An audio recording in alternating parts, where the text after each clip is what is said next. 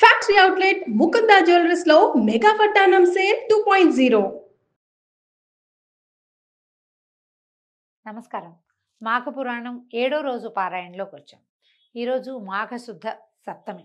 ఈరోజు మాఘశుద్ధ సప్తమి రథసప్తమిగా చాలా అద్భుతమైన పర్వదినంగా జరుపుకుంటాం.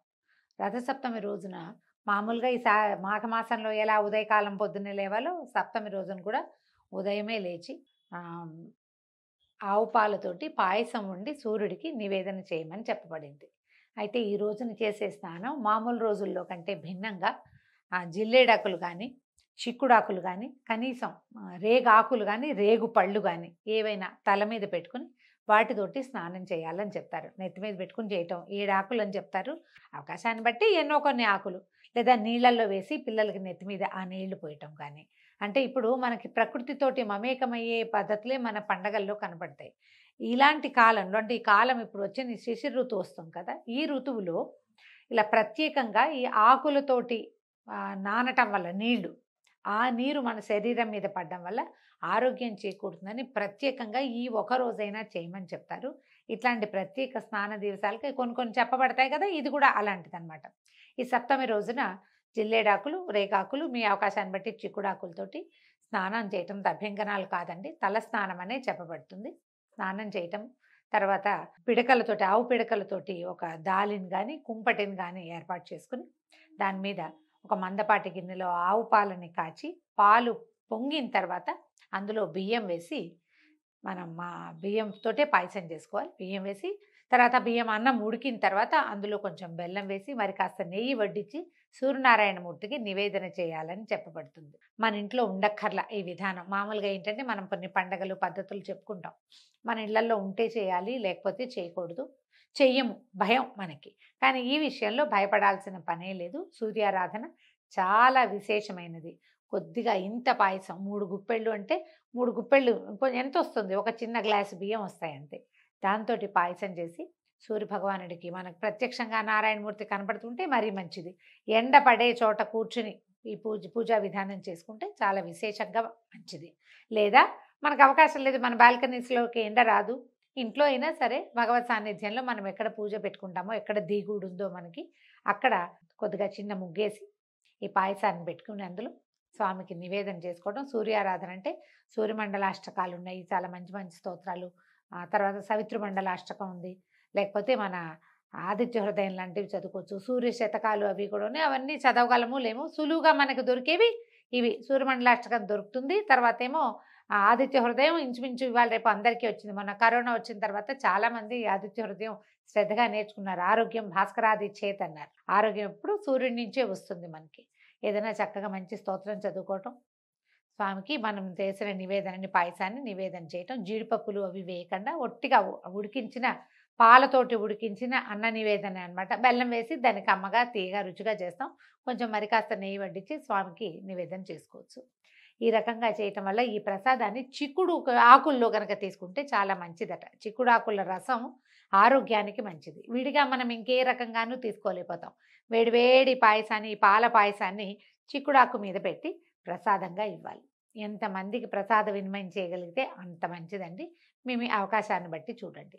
అయితే ఈ పూట మనం అధ్యాయంలోకి వస్తే ఏం చెప్తున్నారు, మనం ముందు కథలో విన్నాం. దిలీప మహారాజుకి వశిష్ఠ మహర్షి ఈ కథని తెలియజేస్తున్నారు. మృగశృంగుడు అనే అతను, ఈ మృగశృంగుడు ఎవరు, కౌత్సుడనే బ్రాహ్మణ కుమారుడు.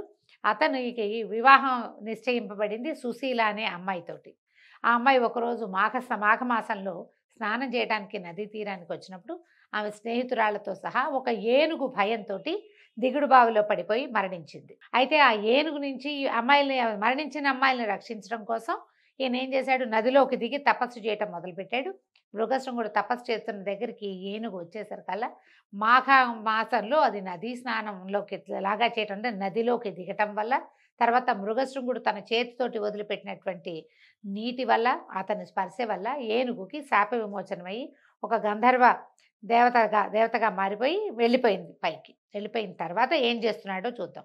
ఏనుగుకి శాప విమోచనమైన తర్వాత మరలా మృగశృంగుడు కావేరీ నదిలో దిగి లోపలికి వెళ్ళి అర్థాంతరంగా మృతి చెందిన ఆ 3 కన్యకామణుల గురించి ఘోరమైన తపస్సు చేయటం మొదలుపెట్టాడు.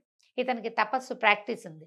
ఇంతకు ముందు కూడా చాలా కాలం తపస్సు చేసి శ్రీమన్నారాయణుణ్ణి ప్రత్యక్షం చేసుకున్నాడు ఇతను. ఇప్పుడు యమధర్మరాజు కోసం తపస్సు చేయటం మొదలుపెట్టాడట. అనేక సంవత్సరాలు మాఘమాసంలో మాఘ స్నానాలు చేయటం వల్ల ఇతనికి త్వరగా తను ఏ దేవతను ఉద్దేశించి తపస్సు చేస్తున్నాడో వారిని ప్రత్యక్షం చేసుకోగలిగేటువంటి సిద్ధి లభించింది. దానికి తార్కాణం ఏమిటి? ఇంతకు ముందు అధ్యాయాల్లో మనం చెప్పుకున్నాం, విష్ణుమూర్తి చాలా తొందరగానే ఇతనికి దర్శనం ఇచ్చాడు. సాధారణంగా చెప్తారండి, విష్ణువు సులభ సాధ్యుడు కాదు, అంత తొందరగా రాడు. శివుడు సులభ సాధ్యుడు, శివుడిని తొందరగా ప్రత్యక్షం చేసుకోవచ్చు, విష్ణువుని ప్రత్యక్షం చేసుకోవటం కష్టం. కానీ మాఘ స్నానాలు చేసిన వాళ్ళకి, మాఘమాసంలో ఇలా ఆదిత్య మాసంలో తప్పకుండా నది స్నానం చేసిన వాడికి ఆ అవకాశం లభిస్తుంది. వాడి పుణ్యబలం ఎక్కువగా ఉంటుంది. దాంతో వాడు కొద్దిపాటి తపస్సుతోటే విష్ణుమూర్తిని సాధించగలిగాడు. ఇప్పుడు అదే అలవాటుతోటి ఈయన యమధర్మరాజును గురించి తపస్సు చేయటం మొదలుపెట్టాడు. ఎలాగైనా ఆ ముగ్గురు కన్యల్ని బతికించాలనే పట్టుదలతోటి మహాతీవ్రమైన తపస్సు చేశాడట. తదేక దీక్షతోనూ నిశ్చల మనస్సుతోనూ ఘోర తపస్సు చేస్తున్న మృగశృంగునికి యముడు ప్రత్యక్షమై, వత్స, నీ తపస్సుకు కఠోర దీక్షకు కడు సంతోషించాను. నీ ధ్యానము అమోఘమైనది. ఈ ముగ్గురు స్త్రీలను కాపాడాలనే నీ పరోపకార పరాయణతకు ముగ్ధుడినయ్యాను. మృగశృంగ, ఒక యమధర్మరాజు గురించి ఇంతటి ఘోర తపస్సు ఎవ్వరూ చేసి ఉండలేదు. సాధారణంగా మనం తపస్సులు అనగానే బ్రహ్మ విష్ణు మహేశ్వరుల కోసమే చూస్తాం. విష్ణువు గురించి తపస్సు తక్కువేనండి. వాళ్ళు చాలా ప్రత్యేకమైన వాళ్ళు, చాలా తక్కువ. కానీ మనకి కథల్లో ఎప్పుడు పురాణాల్లో ఏం చెప్పబడుతుంది? రాక్షసులందరూ లేదా బ్రహ్మదేవుని పట్టుకుంటారు లేదా పరమేశ్వరుని పట్టుకుంటారు. అవి కూడా విచిత్ర గాథలుగానే పరిణమించి కనపడుతుంటాయి మనకి. విష్ణు భక్తితో తపస్సు చేసిన వాళ్ళు మనకు బాగా ప్రత్యేకంగా మనకు కనపడేది ధ్రువుడు. ఓం నమో భగవతే వాసుదేవాయ మంత్రంతో భగవంతుడిని సాక్షాత్కారం చేసుకున్నాడు. చిన్న వయసులోనే చేశాడు కాబట్టి అతని భక్తికి, అతని తాలూకు తదేక దీక్షకి భగవంతుడు మెచ్చి ప్రత్యక్షమయ్యాడు. ప్రహ్లాదుడు కనిపిస్తాడు, గజేంద్రుడు కనిపిస్తాడు. గజేంద్రుడు కూడా విష్ణుమూర్తిని రావయ్యా అని పిలవల, ఎవరో ఒకళ్ళు వచ్చి నన్ను రక్షించండి నాయన, ఎవడి వల్ల ఈ ప్రపంచం నడుస్తుందో వాడిని రమ్మని అడిగాడు. పద్యాలు మహా బాగుంటాయండి గజేంద్ర మోక్షంలోవి. ఎవరి వల్ల ప్రపంచం నడుస్తోందో వాడెవడో నాకు తెలీదు, నువ్వు ఎక్కడుంటావో నాకు తెలియదు. ఈ లోకాలు, ఈ లోకేశులు వీళ్ళంతా అయిపోయిన తర్వాత చిట్ట చివరి లోకంలో ఎవరుంటారో, ఎవడు నా కథ నడుపుతున్నాడో అతడు వచ్చి నన్ను రక్షించాలి అంటే అతన్ని నేనే అని నారాయణుడు ప్రత్యక్షమయ్యాడు. ఈ తపస్సు చేసే జనాలంతా మామూలుగా ఏం చేస్తారు? ఈయన వదిలిపెడితే బ్రహ్మదేవుడు, శివుడు, అక్కడక్కడ కథల్లో వింటాం. వరుణుడు గురించి తపస్సు చేశారు. తర్వాత ఏమో మన చిత్రగుప్తుడి గురించి తపస్సు చేశాడు. రేర్గా ఒక్కొక్కళ్ళు చెప్పున. యమధర్మరాజుని గురించి తపస్సు చేసిన వాళ్ళు అసలు లేనే లేరు ఎక్కడాను.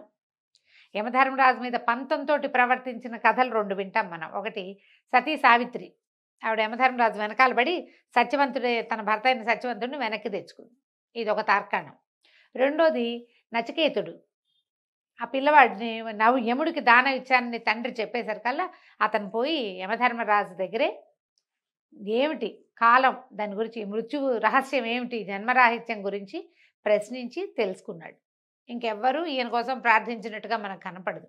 ఈయన ఆశ్చర్యపోయాడనమాట. అందుకని వచ్చి చెప్తున్నాడు, నీలాంటి వాళ్ళని నేను చూడలేదు, నాకెంతో సంతోషం కలుగుతోంది, నీకేం వరం కావాలో కోరుకో, నీ కోరికను తప్పకుండా నెరవేరుస్తాను అని చెప్పాడట. చెప్తే ఈ యమధర్మరాజు పలుకులు విన్న మృగశృంగుడు కళ్ళు తెరిచి చూశాడు. ఎదురుకుండా యమధర్మరాజు పరమశాంత స్వరూపంతో ప్రత్యక్షమయ్యాడు.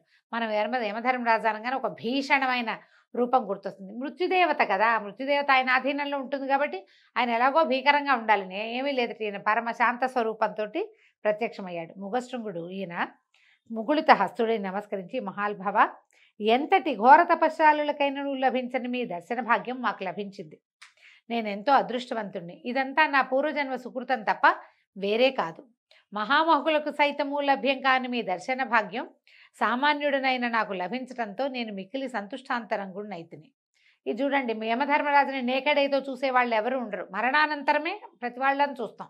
మనం కూడా చూస్తామేమోనండి, చూద్దాం, చెప్పలేం కదా. అక్కడికి వెళ్ళాకే మనకి స్వర్గమో నరకమో నిర్ణయిస్తాడు ఆయన.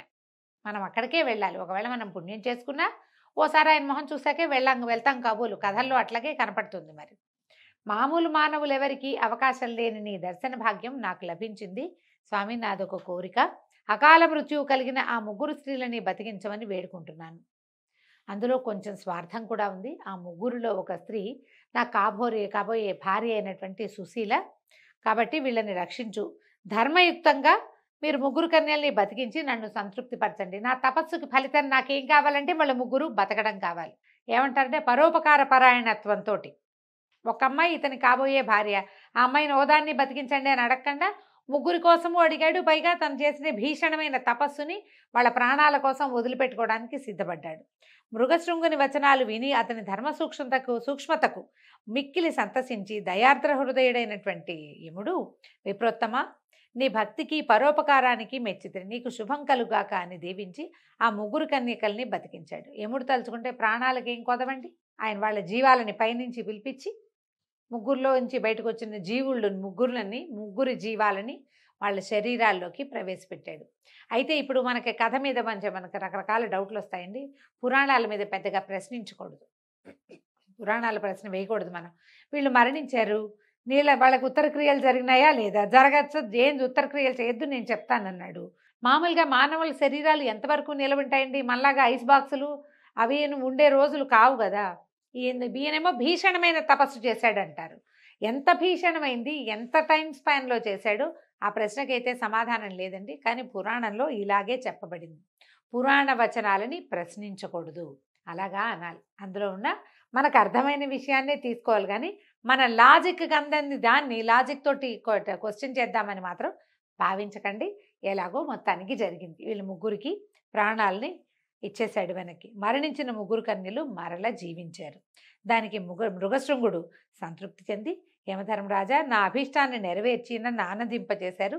మిమ్మల్ని పూజించిన వారికి, స్తోత్రము చేసిన వారికి అకాల మరణము సంభవించక సమస్త శుభములు కలుగునట్లుగా అనుగ్రహించండి స్వామి అని మృగశృంగుడు ప్రార్థించాడు. యమధర్మరాజు కూడా మిగుల ఆనందించి అట్లేనని అభయమిచ్చి అదృశ్యుడయ్యాడు. ఈ ప్రకారంగా 7వ రోజు పారాయణ పూర్తయిందండి. రేపు ఉదయం మళ్ళీ 8వ రోజు పారాయణలో కలుసుకుందాం. నమస్కారం.